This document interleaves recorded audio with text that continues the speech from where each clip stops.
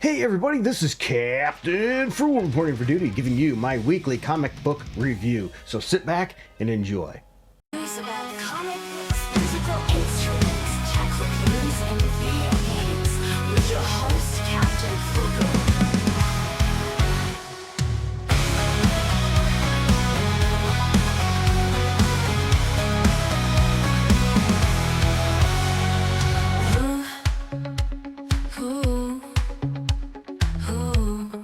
Welcome back, comic book fans, and welcome back to the channel. Every week, a flood of comics hits the shelves, and it can be tough to decide what to pick up. But don't worry, that's what I'm here for. We're about to dive in to this week's releases to crown one book the comic of the week.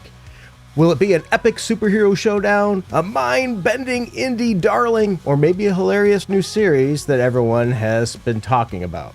I've read a stack of them, and I've got some strong opinions. So stick around to the very end to see which comic earned the top spot and why you absolutely need to add it to your collection. Feel free to drop your own picks in the comments below. I'd love to see what you're reading. So, let's get into it. And don't forget to like and subscribe for more comic book reviews every week. Welcome back to the weekly comic book review. Now, I did read a lot of comic books here, but I still got a lot to go. So today for this video, I'm going to go through 5 comics. I might be releasing some shorts on some other ones as I get time to read them. So let's start with Superman issue number 37, 1,138 ratings with a 4.5 exceptional score on League of Comics Geeks. And you know what?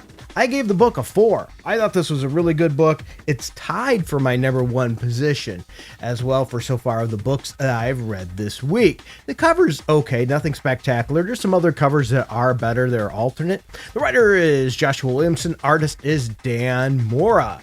If you've been keeping up with Joshua Williamson's run, this is a pivotal chapter, if you will, in this Superboy kind of arc. It's a departure from the heavy cosmic stakes that we had in DC KO in that big event. Instead, this is focusing on a redemption arc for Superboy Prime. So this is following the disappearance of the original Superman, and Superman Prime is trying to fill in the space. Prime takes on a mundane job at a comic book shop, working at a comic book shop, which is nice. It's a very meta commentary on the industry as he struggles to juggle being a hero and having a job, very Spider-Man-like, if you will. And he's dealing with also the negative things that he's done in the past and how he's under heavy suspicion from the Justice League. And so we get good art, decent action, and some small story progression, but we get a lot of characterization in this issue, and I found it to be really fun. But let's look at what some other people thought. I'm looking, I see lots of 5 stars on League of Comics Geeks, but I do see a 3 star. So let me read a little bit about that. I've been very conflicted with Williamson's Superman run. It's very much has its highs and lows, like Williamson's comics. My problem is, well, too much Lex, and I think some of the arcs are just boring. I also stuck in tie-in heck too, so it's just very much conflicting. Okay, so this person likes some, dislikes others. Here's another 3 star.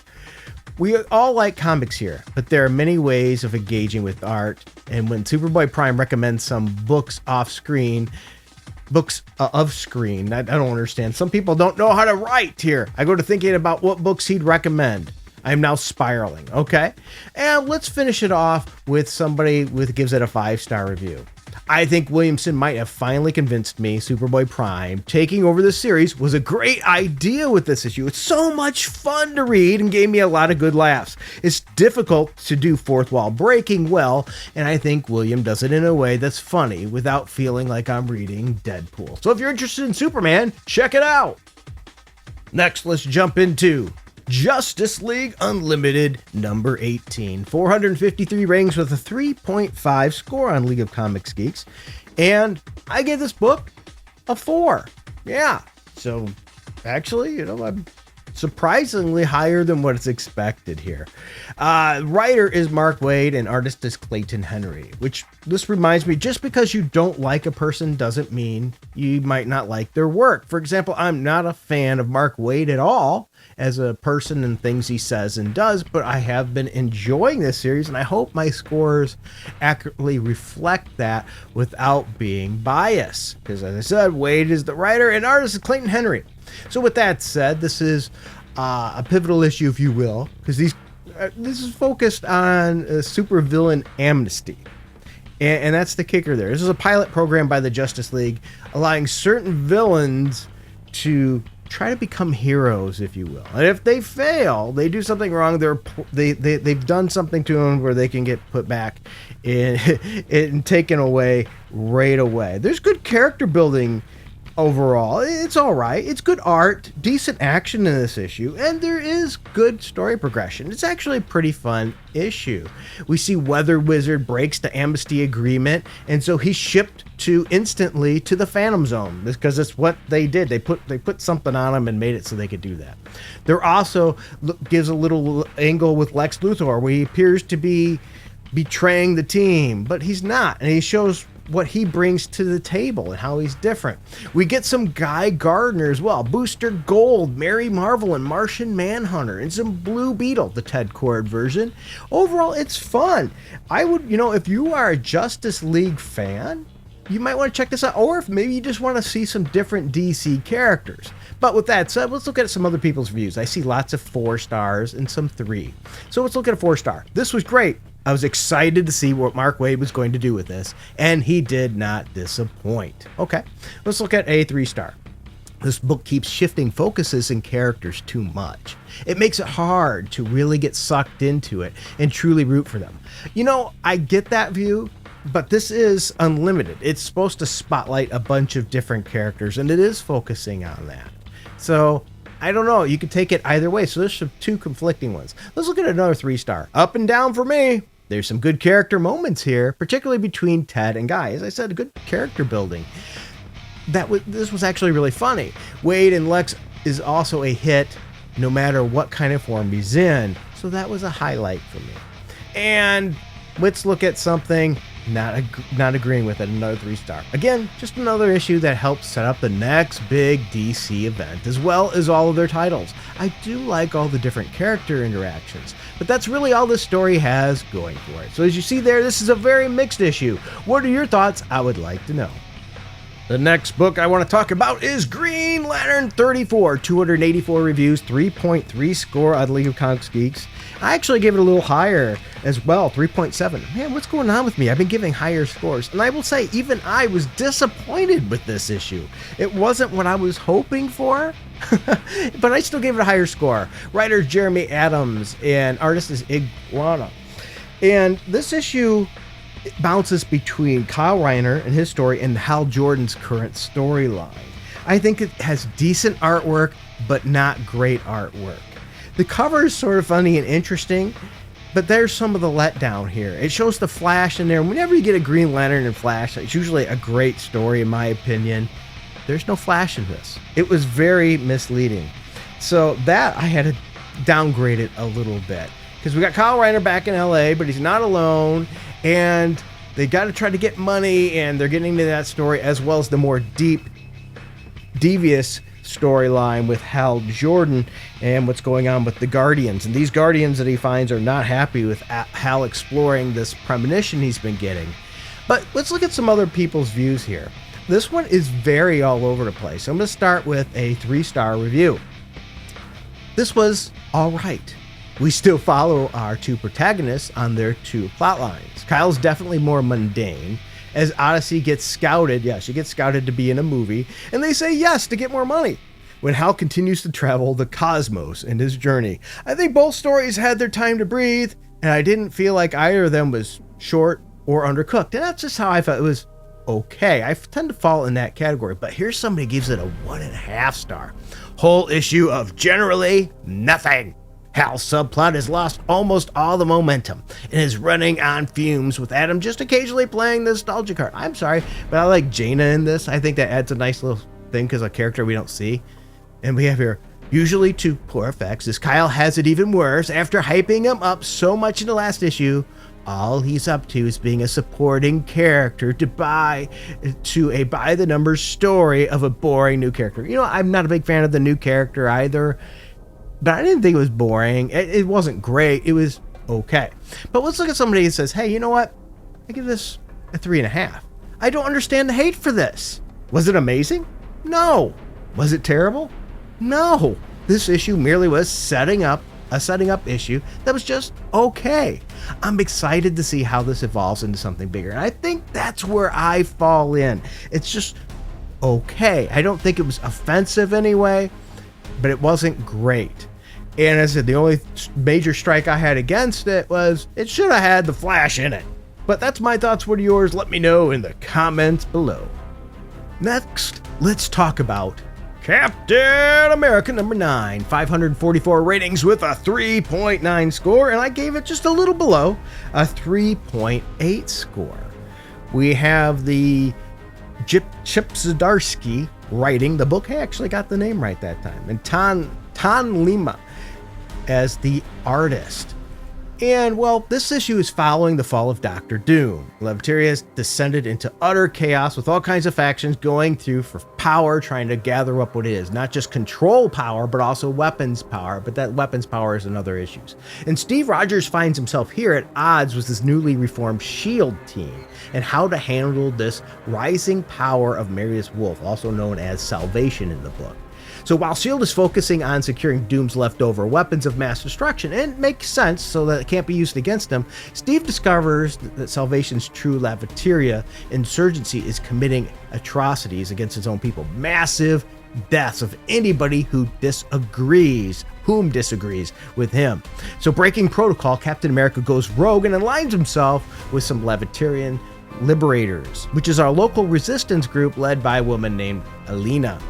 This issue concludes with high-stakes confrontation as well, as General Ross is going to be entering the fray, so it'll be interesting to see what happens there. I think it's decent cover art to bring people in. Not great, but not bad.